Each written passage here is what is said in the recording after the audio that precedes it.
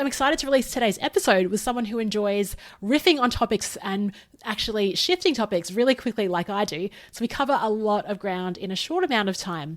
Her name is Melanie Loy, and she's a founder and host of Hey Mel Comms Training, a small agency fueled by boundless energy. Mel is based out of Brisbane, my hometown, woohoo, and she has over 20 years of experience in communications across sectors including the emergency services, government, not-profit organisations, infrastructure, construction, and financial services. Her expertise lies in building communication capability through coaching, workshops, and creative thinking.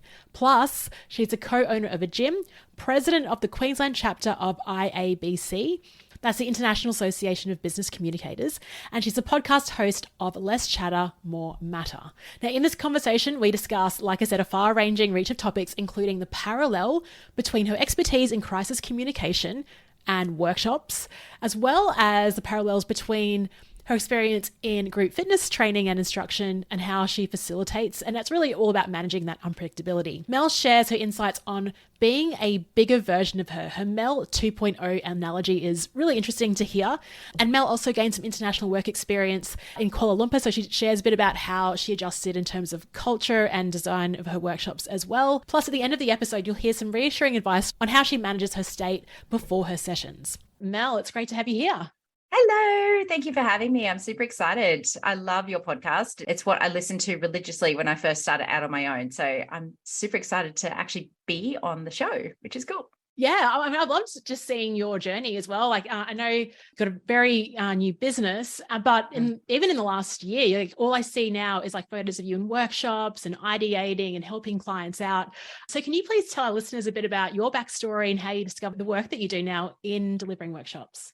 Yeah, sure. So I'm a comms person by trade. So mostly internal change comms, crisis comms. And one of the places I was working at was a construction company, and very smart engineers, project managers, people there, but their communication skills were just crap. And I was the comms team and the marketing team all by myself. So I said, well, to my boss, would you be open to me running some training? And she was like, yep, and we'll send you on a train the trainer course and rah. So it was really cool. That was really supportive of her. So I created a training program. I'd never created a training program before. I was winging it. So this was a good, probably 15 years ago now. And so rolled that out, got a lot of traction on it, which was great. Moved on to another role and in another company, a nonprofit. And again, was just about sitting in these internal comms roles going, as with any nonprofit, you're resource poor. And that means you've got to build capability in the business because you can't do everything for everyone. So kind of adapted the training program I'd done at the construction company for that organization, rolled that out. Again, really popular. So each time I've done it, I've just tweaked it and refined it. And again, I had no idea what I was doing really. And but it seemed to be working. So that was good. And my last corporate job, similar situation. So big corporate comms team, we went through a restructure.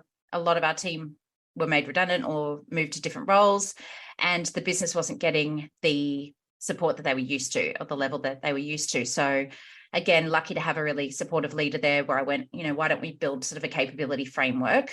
And so we developed a whole lot of self-help and self-service tools, but also a leadership training comms program and a more general business communication skills program. And that was crazy because it went off. Like I had to get my EA to help with build some sort of booking system because it was just crazy. I guess because we were doing it for free, that helped. But I was sort of sitting there one day talking to somebody in HR, and she had come to on the course, and she's like, that was so much better than what we'd been getting this other company externally to do for us. And I was like, just out of interest, how much are we paying them? And she told me, I was like, mate, I'm in the wrong job. Yeah.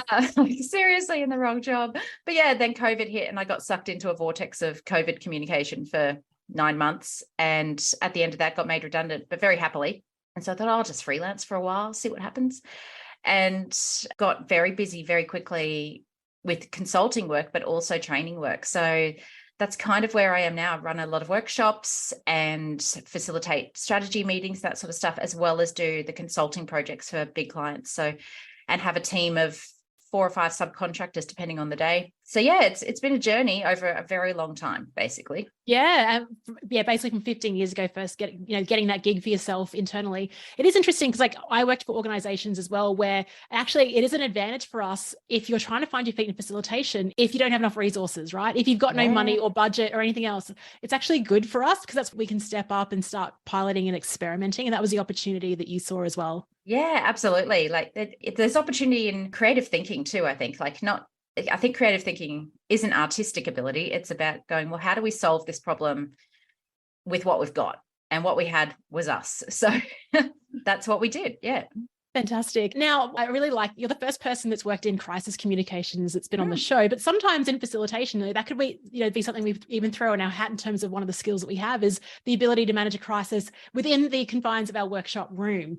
Do you see any similarities between the work that you do with crisis communications and maybe the parallels between facilitating a session? 100%. I think the biggest thing with crisis comms and being in a workshop mode is keeping calm. You absolutely have to keep calm. If you start getting heightened emotions as well, then everybody else gets heightened emotions and it just spirals out from there. So I think to me, that's sort of the big thing, just stay calm. And we've all been in workshops where things have gone wrong, people have gotten ill, technology hasn't worked, you get there and the room hasn't been booked or whatever. So being able to just stay calm and problem solve in those situations, but you have to do it quickly and you can't wait for everything to be perfect. It won't be, never will be. So you actually just have to pivot, get on with it, get people back on track, take control of the situation. So there's absolutely parallels, which feels a little bit odd saying that a crisis is similar to facilitation, but there we are. Yeah, here we are. I've got a question for you about the ability to remain calm. I don't know if I was on a guest on someone's show, we're talking about this, or if we had someone on the show, but I had a recent conversation with someone about this. It's like, there's a couple elements to it. One is the external perception that you are looking calm versus what's internally happening, which is like thinking really quickly in terms of what are the solutions here. So do you have that dichotomy of like, okay, maybe if someone's looking at me, they see me looking calm. Like, are you calm on the inside or are you in like, right, what will we do now mode? No, I'm pretty good like that. I mean, part of that is I am diagnosed ADHD. So we are very good in a crisis because it's stimulation, right? So we get, let's go. And I think my background in corporate comms and crisis comms means that not a lot phases me.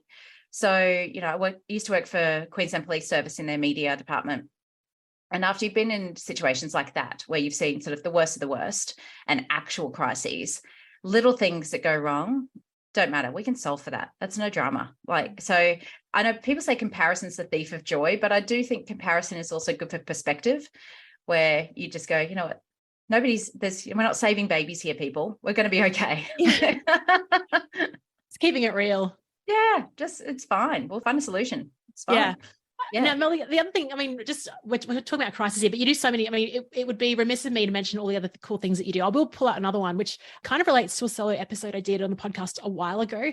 And it was when I went to a group fitness class and I got back and I was just talking about what I learned from that group fitness instructor and how she facilitated the session and brought the energy. And, because it was early morning and none of us were there. She's like, good morning. And none of us were responding. And she really picked it up. You do the same thing. You run group fitness classes. Yeah. How's that helped you with the workshop side of things? Yeah, look, there are so many parallels. I've thought about this before between running group fitness classes and facilitating. I think the biggest thing is when you run a group fitness class, and so I do the class as well. So I'm not just yelling stuff out. It's not a circuit. I'm actually doing the moves as well with them in time to music. You have to understand that people will only ever do a maximum of 80% of what you do. So you have to be 120% if they're going to reach that 100% themselves. So you have to go big. And for me, it's almost like I put that microphone on and I'm me 2.0. So it's, how, Beyonce has her Sasha Fierce. It's kind of like that. You put on your Sasha Fierce. And so you've got to bring that to it. You've got to be bigger.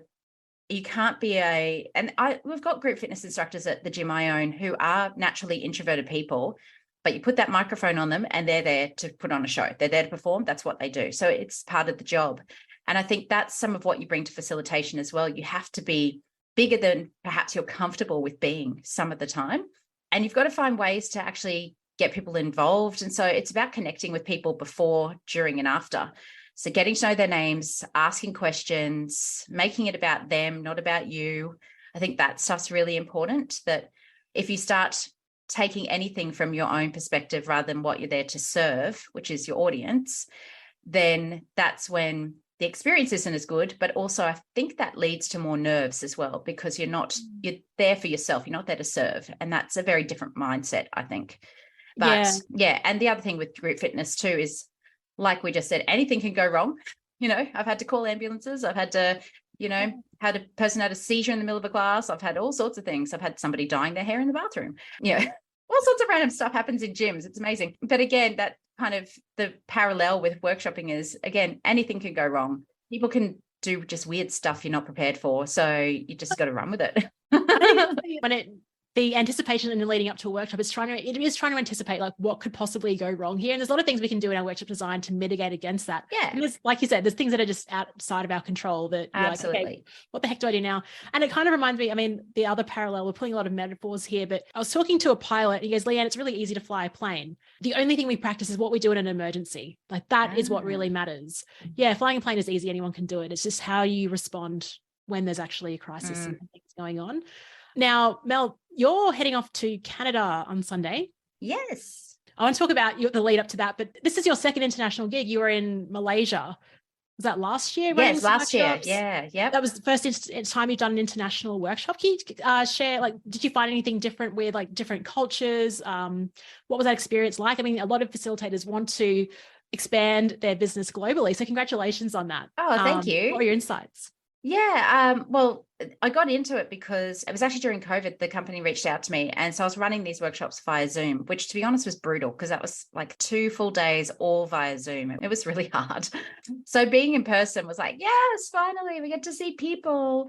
And yeah, I'm a natural extrovert too. So I need the people. It was great. I think the thing about Malaysia is it's such, and you'd know too from being there recently, the diversity just in KL alone, yes, it's a Muslim country, but then you've also got a huge Indian population, huge ethnic Chinese population, and it's just this beautiful melting pot of people. But it did make me really think about, okay, what in my content might I need to tailor because it wouldn't be culturally appropriate, or it might not land because it's more of an Australian thing or a colloquial thing that, okay, that usual language that I use or that usual bad joke I tell probably won't land, like those sorts of things. So I think, that was probably the biggest, I guess, thought process for me leading into that. And just, I think the logistics of it too, because if normally we just jump in a car or go somewhere or maybe on a plane to Sydney, it's really not that far, but international travel to run a workshop was a whole other ball game of, making sure there were actually things there, because you can't bring everything on the plane, you can't do all that sort of stuff. But yeah, I think realistically it was about just finding ways to connect with people once I got there. So having those conversations again, asking questions, getting to know them. By the end of the 3 days, we're all mates, we're all laughing and that sort of stuff. And I'm heading back over there again at the end of July to run some more workshops. So that'll be really good just to get back into it. And this time just feeling a bit more confident, I think, a little bit more prepared. Yeah. Well, you know what to expect as well. And yeah. I love, even just Kuala Lumpur, it was 13 years since I've been there. I just loved the place. Oh, the food was so good. Oh my God. I ate so much in 3 days. The food was extraordinary. Yeah. And it's funny because now, before we even hit record, you're off to Canada, I'm off to Thailand. We both have massive weeks. And I think before we hit record, just to be frank with the audience, I was going on about, there's so much in my mind and so many things I've got to do. Mel, you kind of repeated that back to me as well. So let's talk about that tension between, workshops are a live event. There's a real deadline there. You're on, you can't just, you're on basically, and you're in public and you want to put your best foot forward. Yet that tension between designing things, getting the space to do that. How do you cope with that? What are your tips? What are you navigating? I think for this particular trip with Canada, I think my biggest fear, or I guess the thing that's worrying me the most, is simply the audience is a huge group of comms people. So they're my peers. So presenting to your peers, I think, is really different to presenting to just random people who don't have your level of knowledge or expertise necessarily. So that to me is are they going to think I'm a bit of just a bit of an idiot? But I stand behind what I'm doing. It's fine.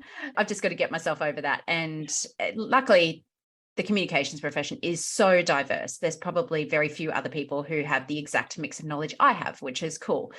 So yeah, in terms of preparing for that, I think, as we said, really busy weeks leading up, like there is whenever you go, this push, that grind to the finish line to get stuff done is huge, and set up my team to keep running things while I'm away and all that sort of stuff. So for me, it's really, at the moment, it's time blocking. It's just making sure, okay, Saturday afternoon is when I'm going to work on that presentation. And then I'm going to work on this at that point, and I'm keeping space clear in my calendar when nobody can book meetings so that I can just get stuff done. And to me, it's just having the space to just get stuff done. Uninterrupted time is absolutely critical. And like we're talking about before we hit record, lists. Every time you think of something, put it on the list. Otherwise, it's just swimming in my head. And it's like, no, get it on the piece of paper, get it out, and then I can deal with it. But if it's in my head, I can't deal with it. I can't deal with it either. And it just keeps ruminating around, and the weight of the task, like it could be something simple as like, just finalize the outfit I'm wearing, right? That could be a task. That's it. Literally, that's something but if I don't write it down, then I just keep thinking about it. And then this little task becomes just monumental. And then it doesn't get done. In my case, it just doesn't get done. So it's like, okay, write it down. So my list, I've got a few lists going. There's sort of the work list. There's the trip list as well. And the things we have to do before the trip list. Yeah. That sort of stuff. And then there's like, okay, I've got 14 hours on a plane. What am I going to fill that time with? So I catch up on all this, and this. It's like, so I think just, blocking the time out absolutely has to happen, or things just get too overwhelming. Yeah. And I think the key thing is what you said is uninterrupted, because you can have like, even if you have an hour free, but you might have like a meeting, then you got the hour, then another meeting. That's, I don't see that as uninterrupted. Because I can't get in it now. I just can't get into that sort of zone I need to get into. It needs to be like a significant chunk of time, like a half day for me. And something that I write about in my book is, what does it take for you to feel confident about it? Like, what are you going to do so you can get a good night's sleep? And for me, it's like having a printed run sheet. I've gone through it. I understand the instructions. Like that's, for me, that's like my security blanket, is that printed run sheet ready. Everything's packed, outfit sorted, tick. I think that run sheet, that's the thing I go over the day before and the morning of. And you know what it's like, it's not a hugely complex thing. It's literally, for me, it's just a table where it's like activity, the key points I need to cover, and the right-hand column is, well, what's the learning element of that? Or is it a video? Is it a quiz? What is it? And that just helps me, because if you know your content well enough, you don't need more than that. And it looks a bit strange and disingenuous when you do grip onto your notes too. Yes. So I think for me, just having that and going, okay, this is the logic, this is the order that we're going through. Okay, I'm good. And of course, you get there and you've got to pivot anyway. So that's it. Exactly. I know that like it gives you the freedom to do that. But I think like you said before, it's like just that having that flow and that structure. You're like, okay, this makes sense. Perfect. Let's go with this, but then be open to those opportunities that do emerge in the workshop. So you mentioned that's what you do to get ready, is that you have, your run sheet, you are prepared and everything else. What else do you do on the day of the workshop to get in the zone, to get into that sort of bigger than Mel 2.0 type role? I think for me, it's about having good breakfast, because I don't want to be hangry. And that's a real thing. It's terrible. It's even when I learned pretty early on teaching group fitness. I've been teaching for, almost 12 years now. If I didn't eat before class, and about halfway through the class, I'd be so hungry that all I'd be thinking about is food, and I just couldn't concentrate. So I need to be well fed is kind of key. And for me, again, it's just going over everything. I think I've been doing this long enough now that I can comfortably just kind of go, yep, cool, I got this. Like I swan in and kind of do my thing, as long as I've just had that once over. It's the same when I teach a class at the gym. I'll listen to the playlist on the way to the gym and like, yep, cool. And look, I've been known, I did this on Friday morning. I changed the entire thing when I got there, because I realized how many people were booked in. I was like, you know what, we're just going to change this all. So so I think I'm lucky in that respect that I've got that experience in just, I know my stuff. I don't stress over it anymore. Yeah, I just great. kind of rock up, and if I need to pivot, I'll pivot. It's fine. Yeah, that's awesome. Yeah. I love that. And I think, even having that gym playlist and then moving things around when you saw the numbers, it just shows you, like, again, like we talked about the unpredictability, like different elements of an environment can force you to then improvise and switch things up. Yeah. Do you have any favorite activities that you deliver in your workshops? So I think I like starting with an icebreaker like when you do the whole, let's introduce each other, blah, blah, blah. One of my favorite things is asking people to say one thing they're grateful for that day. Because to me it can be something really tiny. Like, I'm grateful for this coffee. I'm grateful that my kids went to school, that, whatever that is. But I think for me, that just gets people in the right mindset straight away. It's a more positive mindset. And usually you get a couple of people going, well, I'm grateful to be here. I'm grateful that, my boss let me come, or that I'm having this opportunity, and that sort of stuff. So I think that sets a good tone for the day as well. When I do the online workshops, sometimes I do a bit of show and tell. So I was like, pick something in your room and tell us a story about it. So show and tell's fun. Or when I was in Malaysia, and when I've done the online courses for them as well, I think sort of day 2 after lunch, it's slumpy. Yes. So I like to run a more fun quiz then that's just random. So I did sort of, I think it was 10 questions. 5 of them were about Australia, 5 of them were about Malaysia, and just use Slido for that. And had, stupid little prizes to give. Like, I found these tacky playing cards at the airport that had Australian animals on them. So it was like, sweet. And so it was fun. It was a lot of fun. And so just lifting the energy after those times. And sometimes I bring my yoga instructor frame of mind, and we do some stretches and that sort of stuff, and get people up and moving and get the blood flowing and then back down. So yeah, I like to bring a bit of movement into it, because absolutely need to move your bodies, and they sit down for so long. That's when everything starts to slow down. So get people's blood moving, find something fun that's just not related to the workshop. And I think setting a really good frame of mind at the very beginning through that activity is kind of my go-to.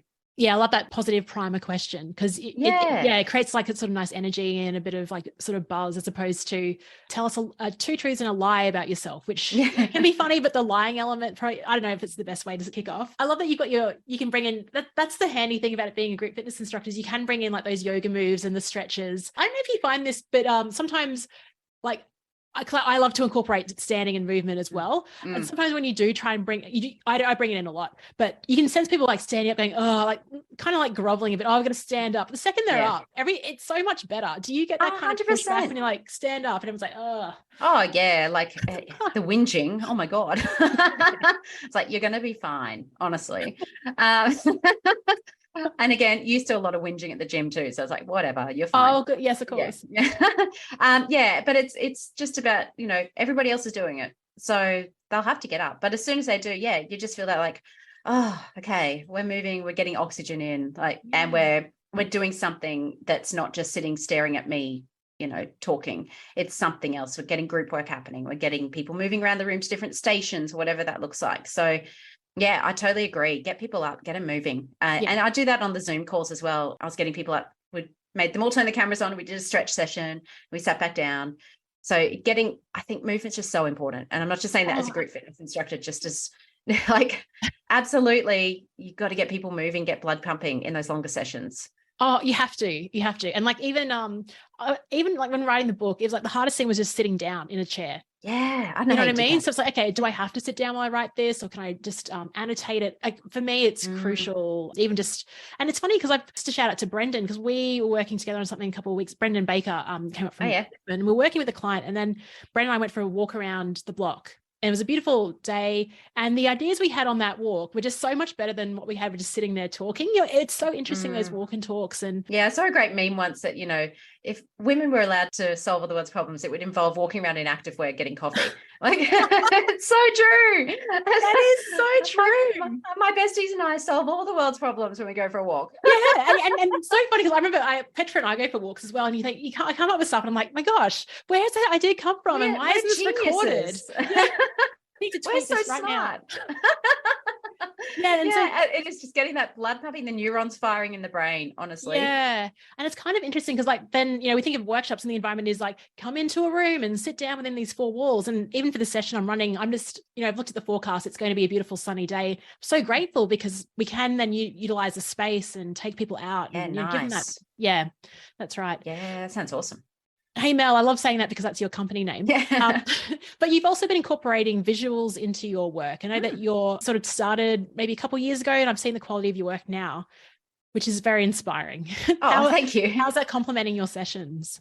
Yeah, it was something that, so shout out here to Hayley Langsdorff, who taught me how to sketch note. And I'm nowhere near the level that Jade is at. Shout out to Jade as well, who's I know has illustrated your book. She's amazing. But it was just something I was interested in doing. And again, there's probably my ADHD brain where I learn a lot of things. So, yeah, I know how to play the flute. I can crochet. I did gymnastics for a while. I did adult ballet lessons. Like I just try anything really. But yeah, it was a really fun skill to learn. And now I try and use that more often than not in my workshops. So the workshop I'm running in Canada, for example, the only PowerPoint slide I've got is one with a QR code on it because I need people to do a quiz. Everything else I'm using flip charts and drawing. And I think to me, that's a competitive edge against, where other people are just showing slides, but also it keeps people more engaged because you build out a graphic with them as you go.